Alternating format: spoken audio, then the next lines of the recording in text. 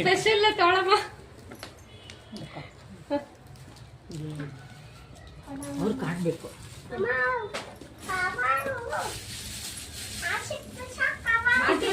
ತಗೋ ನೀನು ಕೊಡು ಅಲ್ಲಿ ತಗೋ.